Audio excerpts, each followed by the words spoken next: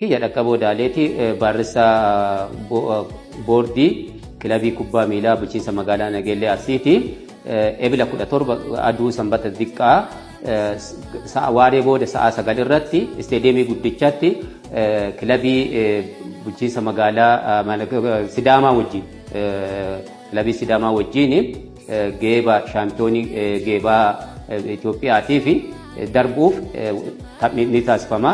Kanaaf taphni kun tapha murteessaa waan ta'eef afur keessa seenuuf taphatamu waan ta'eef deeggartoota warra taphatu qofa osoo hin taane warri deeggarullee argamuu barbaachisa.